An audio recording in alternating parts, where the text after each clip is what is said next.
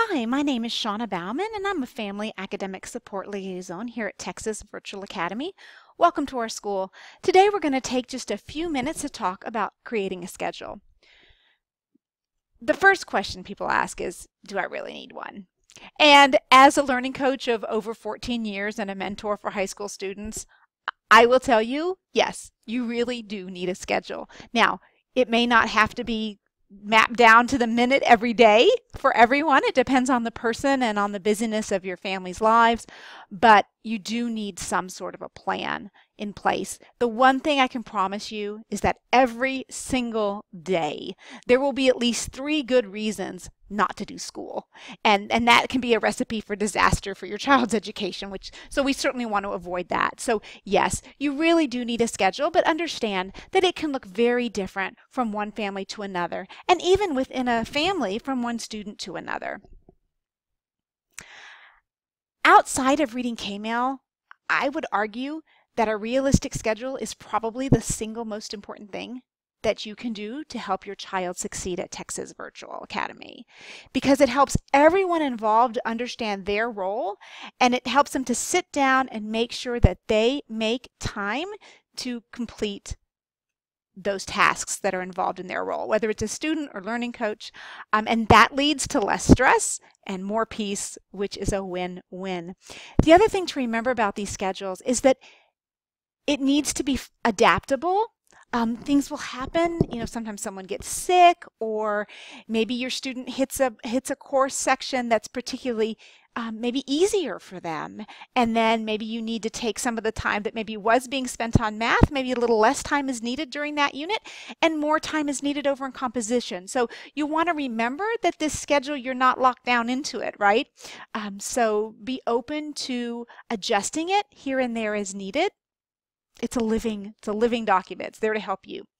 So things to ask yourself before you make your schedule. What courses does your child enjoy? What courses has your student historically struggled with in the past? And if there are some of those subjects, go ahead and just plan a little bit more time for those subjects up front, and be realistic about that. What family obligations do you need to schedule around? Maybe there's physical therapy twice a week, or maybe you go over and visit grandma and help with household tasks for her or something every Thursday morning. So whatever those things are that you guys need to do, incorporate those, and make sure that, of course, that you're left with the 35 hours of attendance for your student each week for school. And then, of course, what extracurricular activities need to be fit in. So we want our students to be able to continue those outside interests, of course, as well. So some suggestions: go ahead and write the schedule down. Remember, it can be changed, but write it down. Go ahead and put those family tasks on it, so that there's time there for those. Consider the time of day your child's most alert. Some students are really alert first thing in the morning, and some really don't gear up till about 10 or 2. Keep that in mind. And I suggest alternating courses between doing a class that is more enjoyable for your student, followed by a class that maybe they drag their feet on a little bit, or they're not as excited about, so that there's that alteration and their day progresses hopefully more smoothly. Go ahead and schedule some time for homework in the evening, just in case everything doesn't get completed during the course time that you set during the day. Sometimes what can happen is that things don't get finished for the day. It's like, oh, we'll do it on the weekend. And then the weekend ends up piled up. And I think we want to avoid that. Everybody's going to need some downtime, right? So if you'll schedule some homework time each evening or early in the morning, if that works better for you guys, then that weekend time will be more free.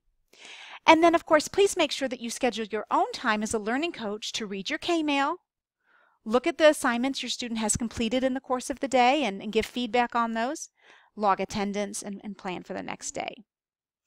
And then, as I said earlier, refine the schedule as you need to. After a few days or a few weeks, you'll likely see that, oh, we could tweak this better, things can be improved. Just make those changes. If your student is old enough, please include your student in the scheduling process. This is a great place to teach some life skills, right? Make sure your student has a voice in that. Sometimes they have the best ideas about how to get things accomplished. And just remember, everything doesn't have to be perfect from day one. Make a start. one step at a time, and you'll get where you're going. If things don't work out as you expected them to, that's okay. Remember, finding out what doesn't work is a step closer to finding out what does. So I encourage you guys to go ahead and get those schedules made. Thank you for taking the time to consider the questions I've put forward. If you have any questions that we can help with, your Family Academic Support Liaison's here to help.